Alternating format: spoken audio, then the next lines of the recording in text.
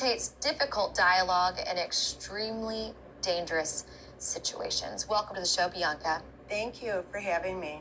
So you get into conversations with gang members in order to bring peace. Correct. Why do you do that?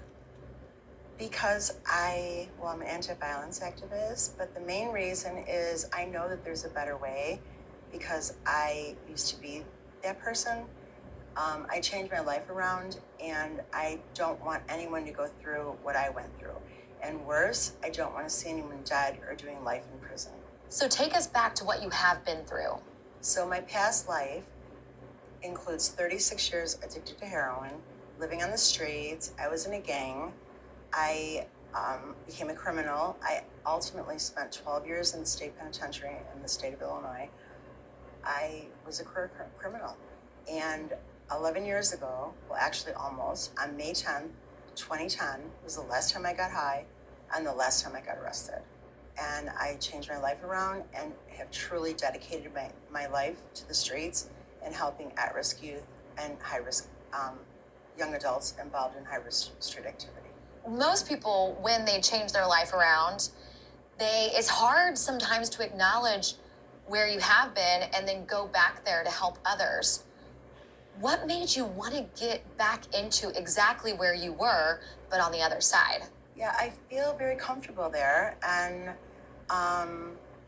it's what I know. I spent the majority of my adult life doing that, like kicking it on the blocks and, doing, criminal activity, what have you. But now when I go back in, I'm in a different role.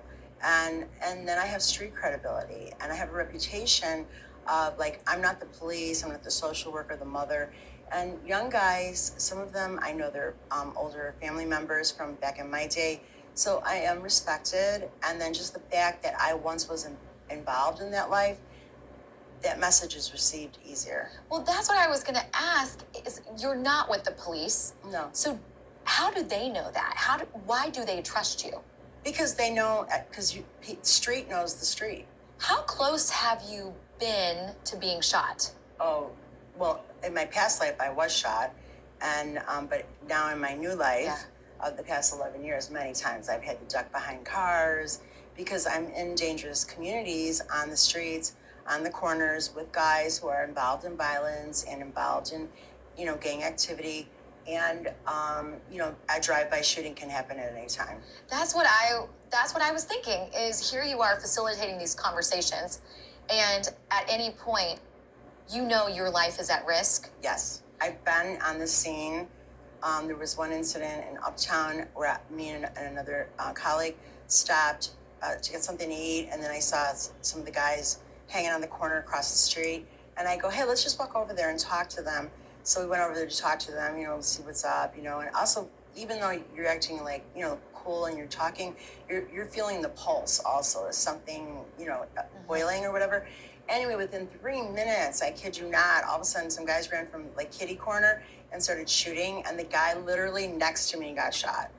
And it was quite the scene. And what are the conversations you're having? Are you trying to get them off the streets? First of all, you're bonding and you have the relationship with young people, and they trust you.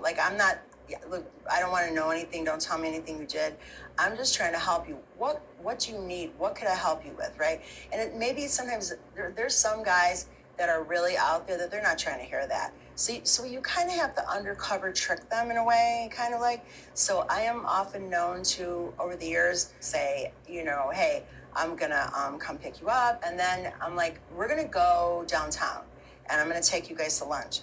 And I kid you not, a lot of these guys live within that block that they're from. And, and so with violence, there's so many layers, they're just kind of stuck, And maybe if you can broaden and open that up of another world, there's a whole world out there, it's possible that you can get people to think in a different way, more open. But I'm not going to lie, this is not for the faint of heart because it's a lot of heartache. And over the years, I had to learn because you lose guys, and they get killed. And it really hurts because I am so close with them. And then I get that call, that dreaded call. So-and-so just got killed. I get calls in the middle of the night, as if I'm the mother. And on the opposite side of that, the difficult dialogue that you are doing, is it worth it? I think it is, because if it's worth saving one life, I sleep good at night. And regardless, when I go to sleep at night, I know in my heart that I did everything I could that day to make a difference in somebody's life. Even if it's just as much as smile at a stranger. You know, what's interesting is you are really putting yourself out there in ways that a lot of us don't quite understand. So to all of our viewers that are watching right now, I have to say you're enlightening us in a different world we didn't even know, and facilitating conversations that we might not even be able to have. Right. That you don't even know that are even happening. Yeah. Yeah. Thank you so much for coming on. Thank you, Whitney. I'm totally honored. Thank you so much. Leaving on a high note with a musician whose difficult